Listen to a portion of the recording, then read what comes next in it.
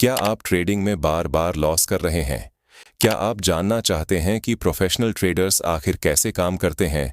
तो आप बिल्कुल सही जगह पर आए हैं। आज के इस वीडियो में हम बात करेंगे ट्रेडिंग स्ट्रैटेजी के उन 10 बेहद ज़रूरी हिस्सों के बारे में जिन्हें जानकर और फॉलो करके आप एक लॉस मेकिंग ट्रेडर से प्रॉफिटेबल ट्रेडर बन सकते हैं। तो चलिए सबसे पहले जानते हैं कि ट्रेडिंग स्ट्रैटेजी क्या होता है। आसान भाषा में ये एक प्लान है जो आपको बताता है कि शेयर या कोई एसेट कब खरीदना है, कब बेचना है और कितना रिस्क लेना है। प्रो ट्रेडर बिना स्ट्रैटेजी के कभी ट्रेड नहीं करते। एक अच्छी स्ट्रैटेजी में 3 मुख्य चीजें होती हैं। एंट्री पॉइंट, कब ट्रेड में घुसना है। एग्जिट पॉइंट, कब ट्रेड से निकलना है। रिस्क मैनेजमेंट, कितना नुकसान बर्दाश्त कर सकते हैं। आज हम 10 ऐसे पॉइंट्स कवर करेंगे जो आपकी ट्रेडिंग को प्रो लेवल तक ले जाएंगे। ये हैं trading plan, trade entry exit, support resistance, stop loss और target, risk management, time frame, technical analysis, emotion control, price action और इंपॉर्टेंट टिप्स। तो वीडियो को लास्ट तक देखें और इन पॉइंट्स को फॉलो करें। Point number 1, trading plan. किसी भी ट्रेड में एंट्री करने से पहले हमें एक ट्रेडिंग प्लान बनाना होता है जिससे हम सही ट्रेड में एंट्री ले सके, क्योंकि बिना प्लानिंग के हम लोग उल्टे सीधे ट्रेड लेंगे जिससे हमारा लॉस ही होगा।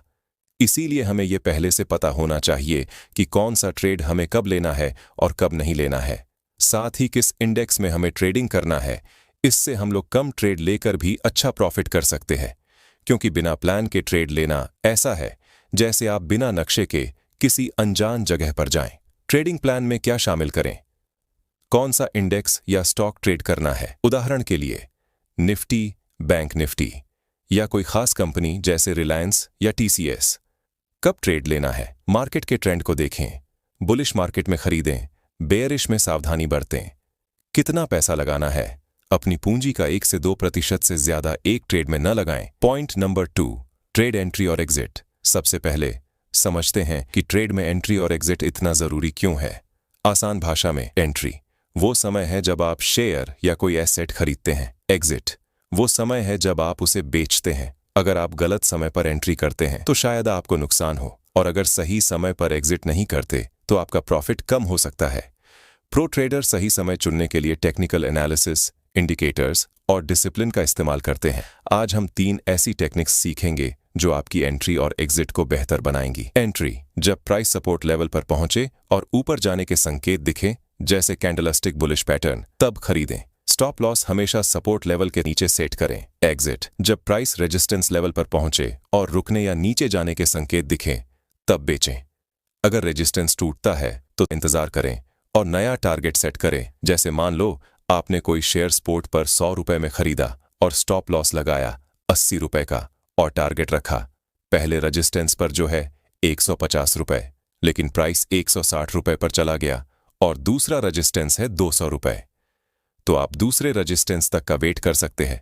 साथ ही आप स्टॉप लॉस को ट्रेल भी कर सकते हैं। इससे आपका लॉस नहीं होगा और मार्केट की दिशा बदल गई फिर भी आपको लॉस नहीं होगा। पॉइंट नंबर 3, चलिए विस्तार से जानते हैं सपोर्ट और रेजिस्टेंस क्या होता है। सपोर्ट वो प्राइस लेवल है जहां से शेयर का दाम गिरना रुकता है और ऊपर जाता है। ये खरीदने का अच्छा मौका होता है, लेकिन एक सपोर्ट तभी होगा जब प्राइस 1 से ज्यादा बार वहां से मुड़ा हो।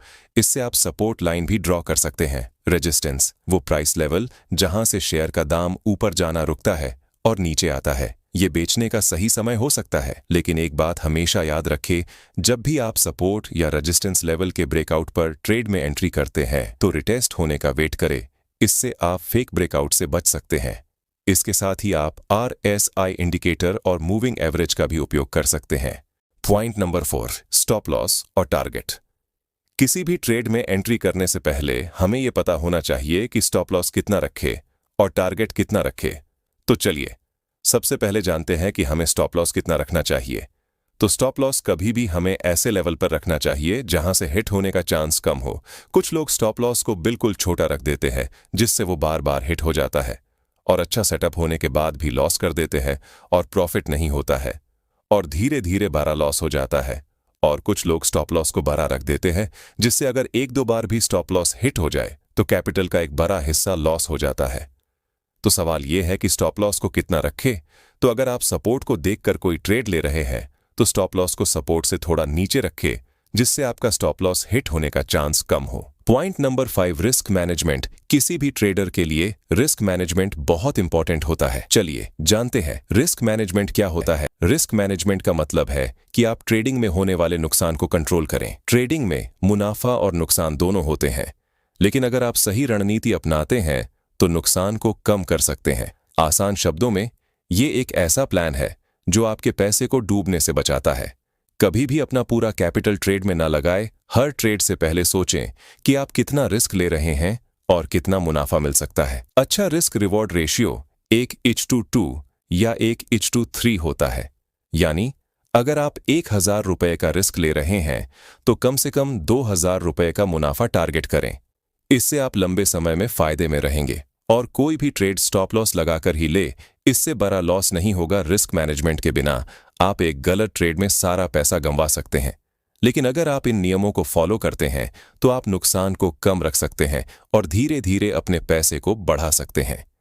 ये आपके ट्रेडिंग करियर को लंबा और सफल बनाता है।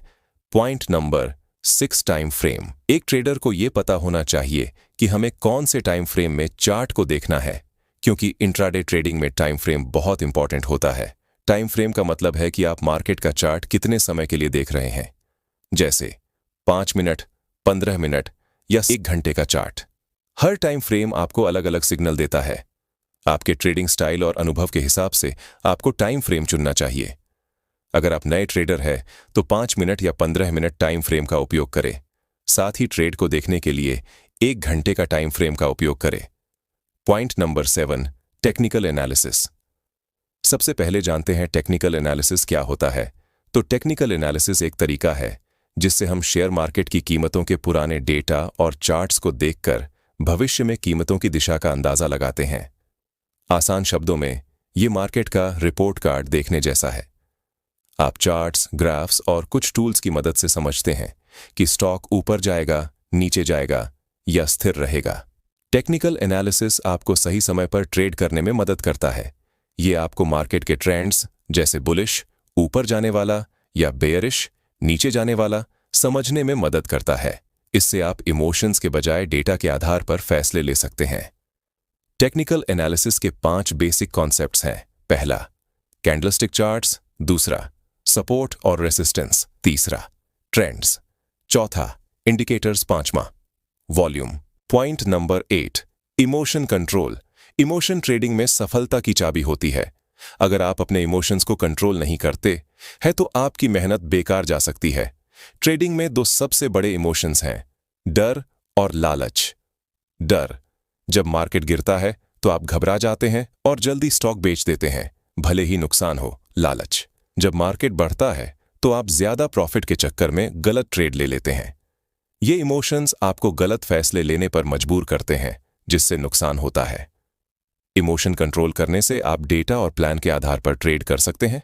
इमोशन कंट्रोल करने से आप गलत समय पर खरीद बिक्री से बचते हैं, आपका कॉन्फिडेंस बढ़ता है, आप लंबे समय तक ट्रेडिंग में टिके रह सकते हैं। इमोशंस को कंट्रोल करके आप ट्रेडिंग को एक बिजनेस की तरह ट्रीट करते हैं, न कि जुए की तरह। Point number 9, price action. दोस्तों, किसी भी ट्रेडर के लिए प्राइस एक्शन बहुत इंपॉर्टेंट होता है, क्योंकि वो इससे प्राइस के मूवमेंट को आसानी से समझ सकते हैं और सही ट्रेड को पहचान सकते हैं। इसमें वो इंडिकेटर्स पर कम निर्भर रहते हैं और कैंडलस्टिक पैटर्न, सपोर्ट और रेजिस्टेंस पर फोकस करते हैं। Point number 10, important tips. असली पैसे लगाने से पहले नकली पैसे से प्रैक्टिस करें। इससे आप स्ट्रैटेजी टेस्ट कर सकते हैं और कॉन्फिडेंस बढ़ेगा। हर ट्रेड की डिटेल्स नोट करें, एंट्री, एग्जिट, प्रॉफिट लॉस। इससे आप अपनी गलतियों को समझकर सुधार कर सकते हैं। अफवाहों या टिप्स पर ट्रेड न करें। कंपनी की खबरें, मार्केट ट्रेंड्स और फंडामेंटल्स चेक करें। ट्रेडिंग में हमेशा कुछ नया सीखने को मिलता है। यूट्यूब या किताबों से नॉलेज बढ़ाएं। प्रो ट्रेडर भी लगातार सीखते हैं और अपनी स्ट्रैटेजी को अपडेट करते हैं। दोस्तों, अगर आपको ये वीडियो अच्छा लगा तो लाइक करें और चैनल को सब्सक्राइब करें और कमेंट में बताना आपको किस टॉपिक पर वीडियो चाहिए। और भी हमारी वीडियो आप देख सकते हैं, लिंक डिस्क्रिप्शन में है।